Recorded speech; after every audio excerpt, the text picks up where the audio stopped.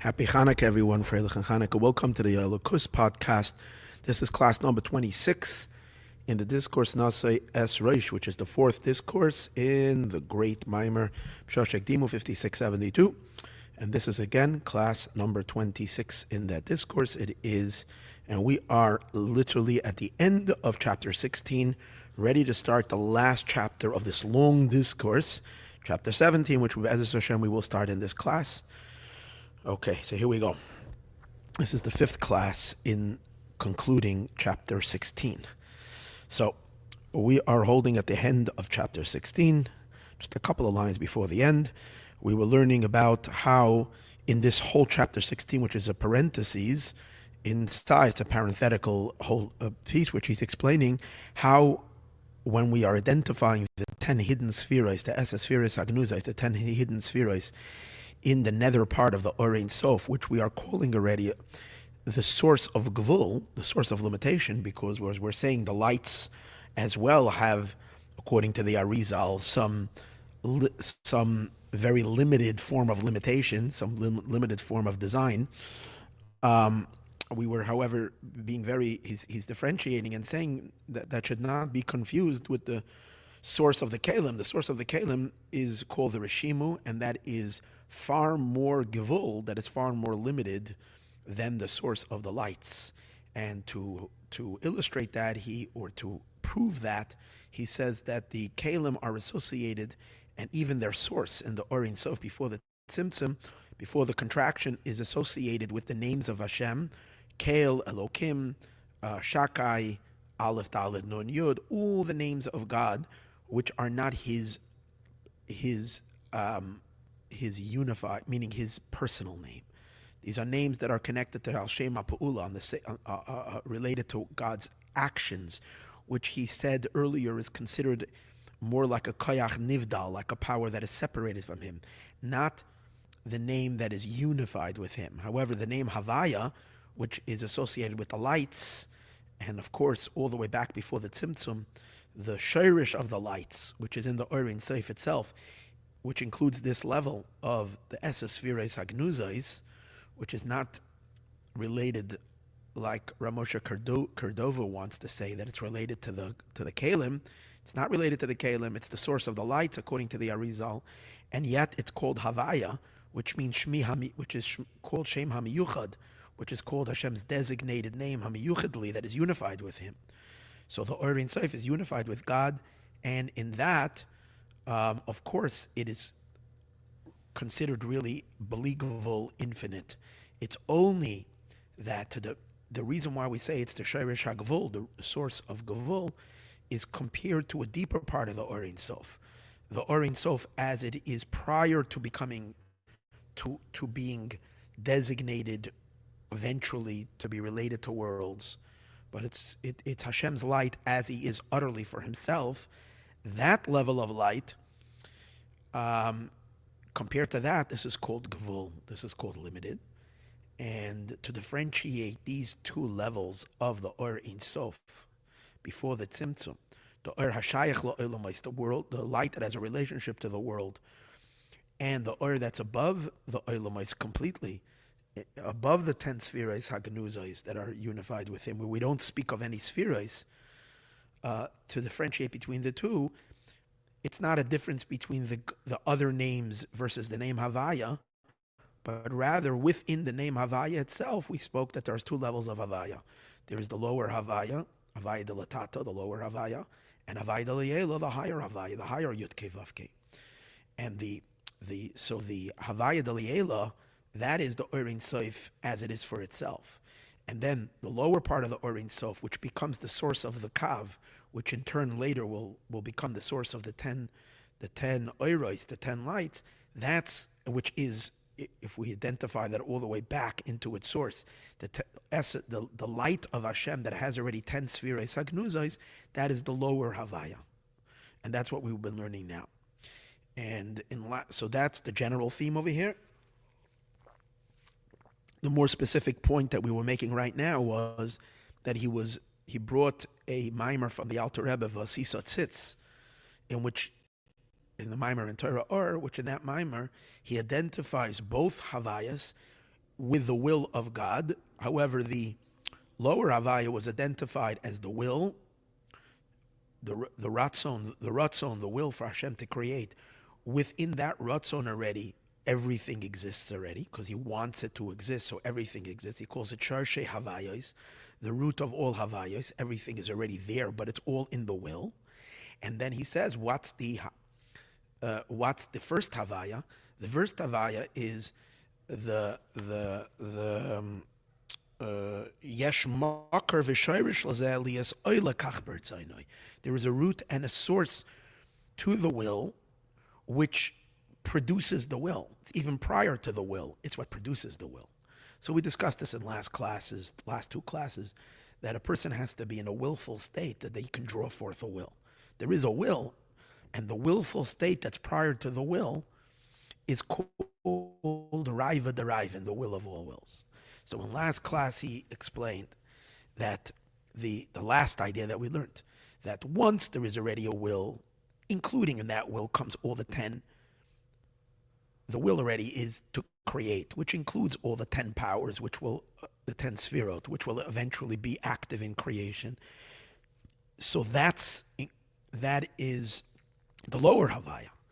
The higher Havaya is the primordial state in which the will of all wills, from where this particular will can come from, which includes within it all the files. As we discussed earlier, there is the folder, and there are the files. And then we discussed last week that the will itself is part of the files. And then there is the folder that holds all those files. That's the state of existence in God, that He can even have a will. And that's the super will, the will from where all will comes from, and that's the higher Havaya.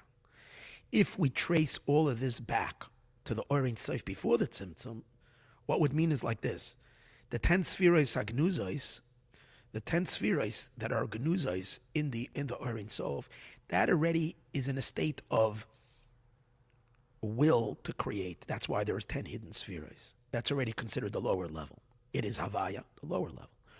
But the Or Ein Sof, from where that will comes from, the fact that there is an Or, there is even a light in which there's a revelation, there's a presence of self, that from that will come the will.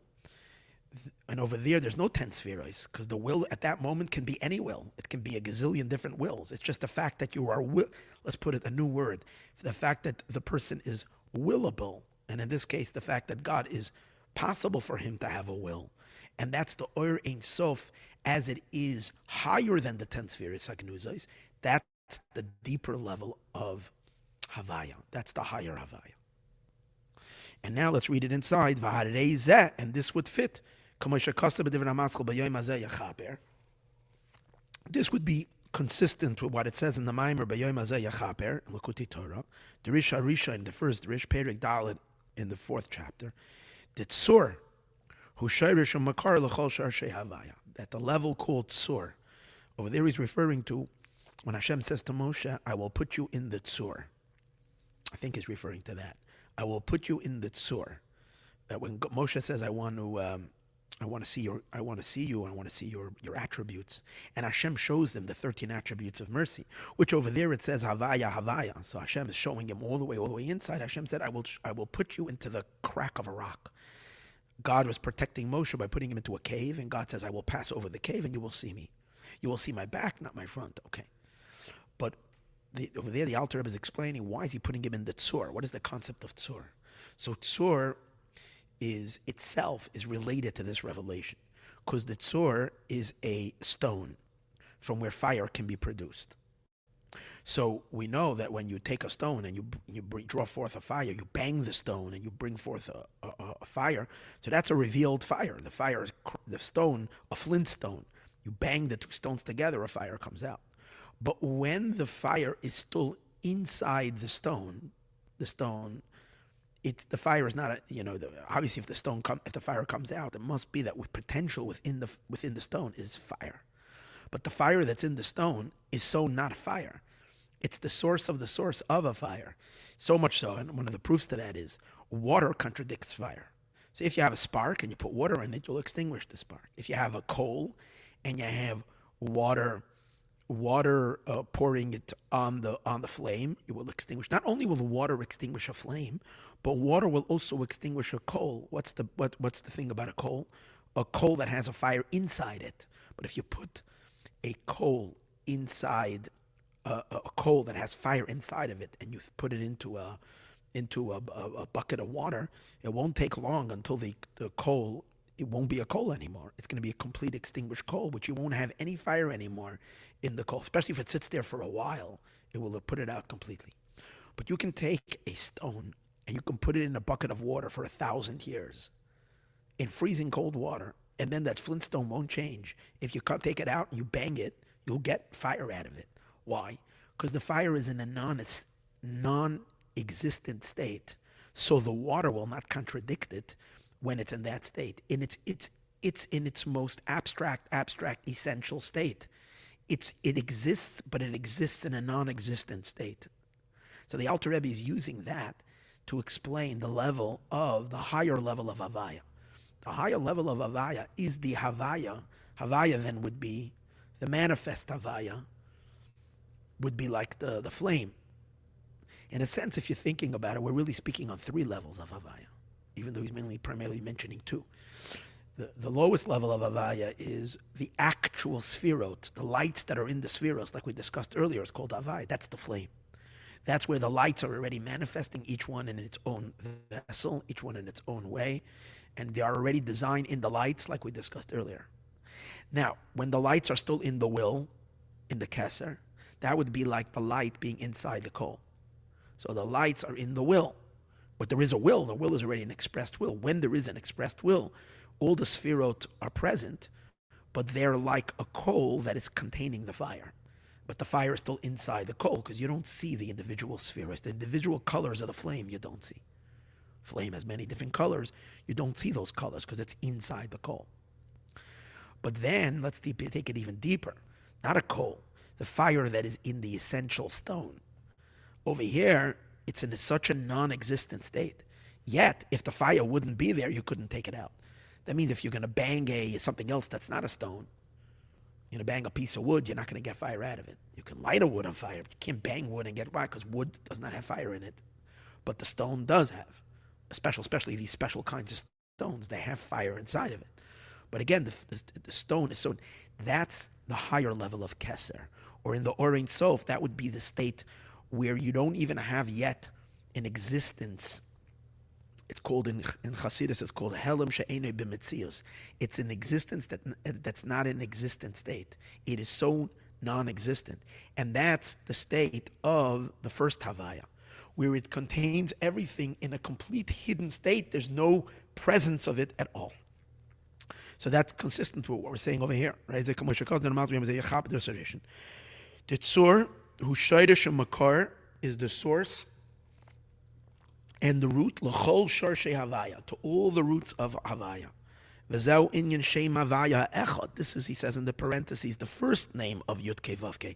P'chenas Raiva de kol Raiven, the will of all wills. The fact that a person is in a willingful state, that we can await that a will come from the person because they are present and available to be willed. That's the state. And that is Shoydish Makar and all that. V'Shoyrish Havaya Hu Boy Behelam. And the lower Havaya, the root of Havaya, the root of what produces all existence, is in the rock. the lower state, and it's almost like we would say like this: inside the rock contains within it the coals, which later they will produce the fire. And that's what he's saying. V'shoydish Havaya, and the root of Havaya, which is the second level, the higher Havaya, contains within it in potential the lower Havaya. What's the lower Havaya? V'shoyrish Havaya, the lower Havaya, is the source for all the 10 spheres. Hu boy behelim, is in it in a concealed state. bekoach, only in the potential, v'loy b'poil, and not in actuality. Like the coal has the fire, the coal has the flames in actuality, but the flintstone has the flames just in potential, not in actuality. And that which it contains inside of it, hidden inside of it, the powers that it has inside of it in potential, but not in actuality, that's the second Havaya. That means the stone itself is the first Havaya, and hidden inside of it, the potential that can later come out and be a full flyer, that's the second Havaya that is included in the first Havaya. Which is the source and the root of the light of the Mamalakalam, of the indwelling lights, which would mean the lights of the spheres. Hakolol, that is included, be'etzem haratzon, that is all concluded in the essence of will. So there is the will for creation, or the will for the spheres. That's not the etzem haratzon. That's the ratzon already. That's the will. But then there is the essence of the will, which means the willfulness, the fact that, again, the fact that the person is willable. That's the Reuven, the Kol Reuven, the will of all wills. That's the Etzem HaRatzon. That's the first Havaya that includes in potential inside of it, not in actuality, the second Havaya. Well, Lefizah comes out. Now he gets back to the main point. The 10 hidden spheres, which the 10 hidden spheres would then be considered like the fire in a coal, not the fire in the stone. The fire in the coal, in the sense that what? That you were already speaking of 10 spheres, the 10 spheres agnuzos, shebeshoyrish u'makar hakav, that are in the root of and the source of the kav, who inyan shem havaya is the idea of shem havaya, the lower havaya, but still considered havaya. When we say over here lower havaya, we're talking the lower havaya in its most original form before the tzimtzum. We're only calling it the lower Havaya compared to the higher Havaya in the Or Ein Sof before the Tzimtzum, which is this is what he began with. He's saying the reason we're calling this Shirish HaGavul, the root of Gavul, is not because it's anywhere close to Gavul, to limitation, but because compared to the light that's higher than it, that's not shaykh to the worlds at all, this is called Gavul. So over here too, this is called the lower Havaya compared to the Or Ein Sof itself. And therefore he says, the Ein Zekamoy Hashem Mois Derishimu. And therefore, even the lower Havaya in this state is still Havaya, and therefore it's not like the other names that is associated with the Rishimu, which is the source of the vessels. Those names are not even Havaya. What are they? They're Keil Elokim, which is not Hashem Hamyuchad. That's not Hashem's designated name. The Shem Havaya, Shem Etzem, because the name Havaya is the name of his essence. Hamyuchad, Shem Yuchad, that is unified with it. Now, another parenthesis, and also according to what we've explained elsewhere, the inyan shema etzem, that in general, when we say the concept of the name, now again, in this chapter, when he was trying to differentiate the difference between the other names and the name of Havaya, the other 7 names that are not erasable, or rather 6 of them, because one of them is Havaya. So 6 of them versus the 7th one, or the highest one, which is Havaya, is that this one is the Havaya is called Shema Etzem, and the other ones are called more like Shem Hakinoi. It's more like a nickname. This is his essential name. So what was the main difference? The main difference was that Shem Havaya is in a state of dveikus, in a state of unified with its source, and the other ones are more like a koyach nivdal, like a power that's separated. Okay, that's the main differentiating point. This is hamiyuchad bi, this is unified with me, and that's why we're saying it's the oiros, because the oiros are unified still with God, versus the kalim, the vessels, are like something separate, a feature that he has, but it's not him. It's like a feature in him that he has. That's the idea that it's not miyuchad, it's not as unified with him. But now he says elsewhere it is explained that the difference between Shem Havaya, the Shem Etzem, and the others is that the Shem Havaya is Bli Gevul, is infinite, and the other names are not really Bli Gevul, they're not really infinite. Can we then apply that distinction to the way he's looking at it now? That this is the difference between the Oiros and the Kalim. If we're now attributing Havaya to the Oiros and the other names to the Kalim, can we also apply this idea of infinity versus finitude? And the answer is yes, because Oiros are always infinite, and Kalim are always related to finite. That's what he's explaining. The idea of the name of the Etzem, Hu Shehu B'chinas Bli Gevul, is that it is Bli Gevul. Nicha, it also fits very well. Kamkein, Shaharehu Belima, because the Oiros are called infinite, even though they have slight design, but they're still considered, the Oiros are always called without substance. Remember, the Oiros are called Belima, without substance, versus the Kalim that are already of substance. And once something is of substance, it's limited in its design. Belima lagabe esa spheres the Kalim, compared to the 10 spheres of the Kalim. So whether we're emphasizing its attachment to the source, whether we are emphasizing its infinity versus being finite, both of them fit in the differentiation between the lights and the Kalim. And both obviously are connected to each other. Because the Oiros are in a state of attachment, that's why they're Bli Gevul, that's why they're infinite. Because the Kalim are in a state of a Koyach Nivdal, they are like a separated entity. They're not separated, but they're like separated, like a power that he possesses that's not him. For that reason, they're also limited. They also have limitation.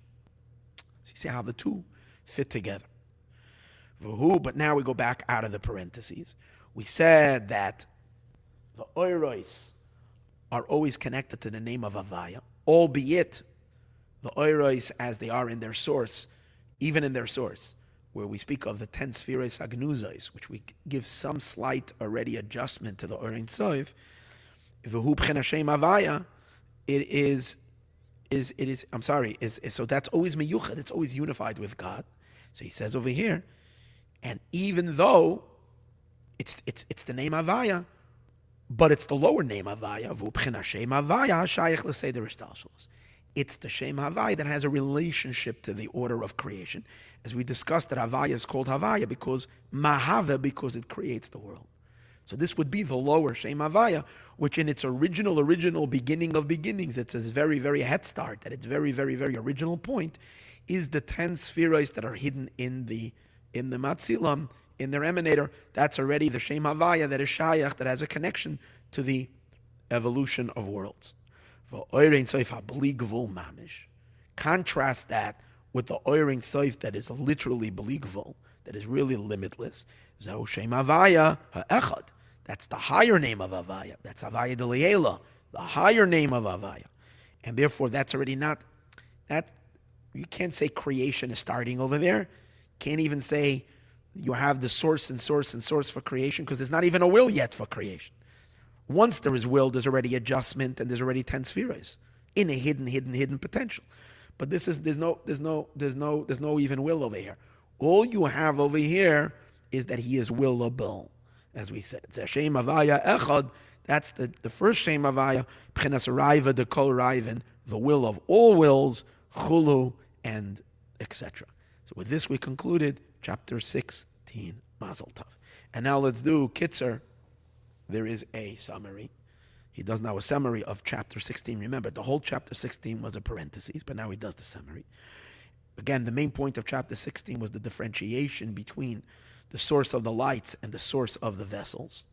Esa spheres agnuzos versus Rishimu, how they are different. The Esa spheres agnuzos shem shirish agvul, when we say that the 10 spheres that are hidden, which are the root of Gevul, Hainu Gevul, the Oiros, that's the Gevul of the lights. Vehein Shem Havaya, that's the name Havaya, which is, by saying it's Shem Havaya, it's way above all the other names, and therefore way above the Rishimu. V'zeu vayikra havaya havaya. And this is the meaning that there is two levels in havaya. Hashem called out havaya. Ha'echad koydem aloysa ratzon. In the Ein Sof itself, before the will arises, is the first level of havaya. Just because he's willable and there's a potential for havaya to come out from him, he is already called havaya over there. Just because he's willable. V'abeis, and the second one, ba'aloysa ratzon, when there is already a will arose in God, in the Ein Sof, before the tzimtzum to create, there's already a narrowing, and we already have the hidden potential of 10 spheres. It narrows already then, and that's the lower Havaya. But it's still the name Havaya, which is still unified with God. The Shem Havaya Echadu be'etzem haratzon.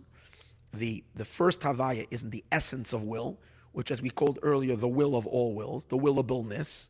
And this is the Ein Sof that is infinite, Shoresh Pchenasov of Kalaman, which is going to be the root of all the encompassing lights, not the Or Pnimi. V'abeis, and the second one, who Sharsheya Oirois Aklulim ba'Ein Sof. But the second Havaya is the source of the lights, the eventual Or Pnimi, the internal lights, the lights that are going to go into Kalim, when they are still included in the Ein Sof. That's the source of Mamala Kalaman. That's the source of the indwelling lights, which is called Or Pnimi. So now, if you remember, this is the main theme in the first 12 discourses. We're only finishing the fourth discourse, just to give you an idea. In the first 12 discourses of this book, the main theme is to develop the source of the Or Pnimi, that the Or Pnimi, even in its most original beginning, has already a certain tilt in the light, a certain adjustment in the light. It's not pure Ein Sof, and this is all consistent with the idea that we're discussing over here, that even the Oiros, and even when you trace them back to the beginning, they're not purely, truly, to the full meaning of the word infinite, to the utmost of infinity. That's the Ein Sof, that's higher than the 10 spheres hagnuzos. But the 10 spheres hagnuzos, which are the shorish of the kav, which are the shorish of the oros, and of course the oros themselves, all have already a slight tinge, but yet they're still considered infinite compared to the kalim, and that's why they are all within the category of havaya, albeit the lower havaya. Okay, pretty neat. And now we are ready to start chapter 17, but we're going to leave that I thought we're going to start it today. We're going to leave that, Be'ezus Hashem, for the next class, which is going to be class number 27. And it's cool because we just finished 26, and 26 is Havaya, so we were just talking about the two levels of Havaya, and now he's not talking about that anymore, at least further. In chapter 17, we'll see what he talks about and how this all continues. Meanwhile, let Mashiach be here today.